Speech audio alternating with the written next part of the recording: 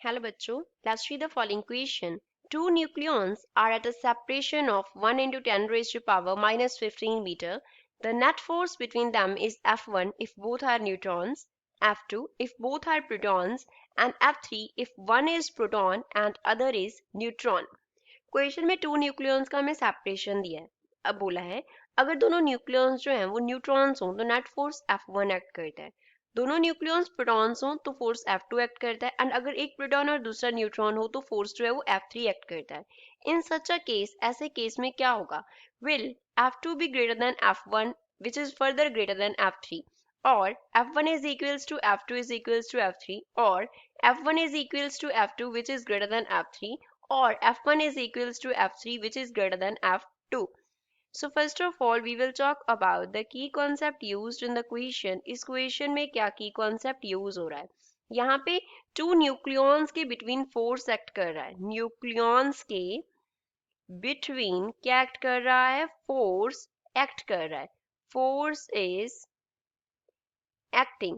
Nucleons के between जो force act करता है उसे हम क्या बोलते हैं? न्यूक्लियर फोर्स बोलते हैं, nuclear force. And nuclear force का प्रॉपर्टी होता है that this force is independent of charge, independent of charge. Charge के ये फोर्स क्या होता है? इंडिपेंडेंट होता है। नाउ अगर हमारे पास टू न्यूट्रॉन्स हो, न्यूट्रॉन को हम रिप्रेजेंट कर लेते हैं ऐसे एन से, सपोज प्रोटॉन को हम रिप्रेजेंट कर लेते हैं कैसे? सपोज इस तरीके से पी से हम उसको रिप्रेजेंट कर रहे हैं। तो अगर हमारे पास टू न्यूट्रॉन्स हैं तो न्यूट्रॉन एंड न्यूट्रॉन, तो जो फोर्स एक्ट कर रहा है इनके between that is F1। Force कितना है? F1 है।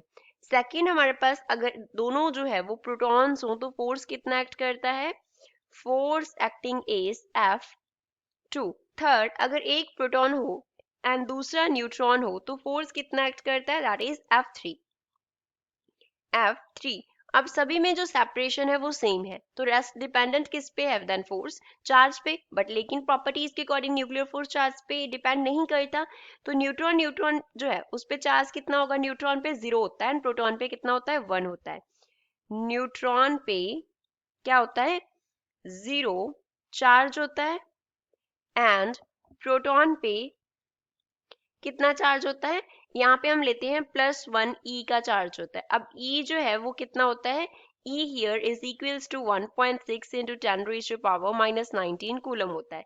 लेकिन चार्ज पे न्यूक्लियर फोर्स डिपेंड नहीं करती, तो इस प्रॉपर्टी को यूज करते हुए जितना फोर्स न्यूट्रॉन न्यूट्रॉन में एक्ट करेगा उतना फोर्स किस में एक्ट करेगा? प्रोटॉन एंड प्रोटॉन में एक्ट करेगा, एंड उतना ही फोर्स किस में एक्ट करेगा? न्यूट्रॉन एंड प्रोटॉन के बिटवीन करेगा। सो ये हमारे पास रिलेशन आ गया तीनों फोर्सेज में, विच मीन्स गिवन ऑप्शन में से बी इस क्वेश्चन का करेक्ट आंसर है। I hope you understood it well. Thanks.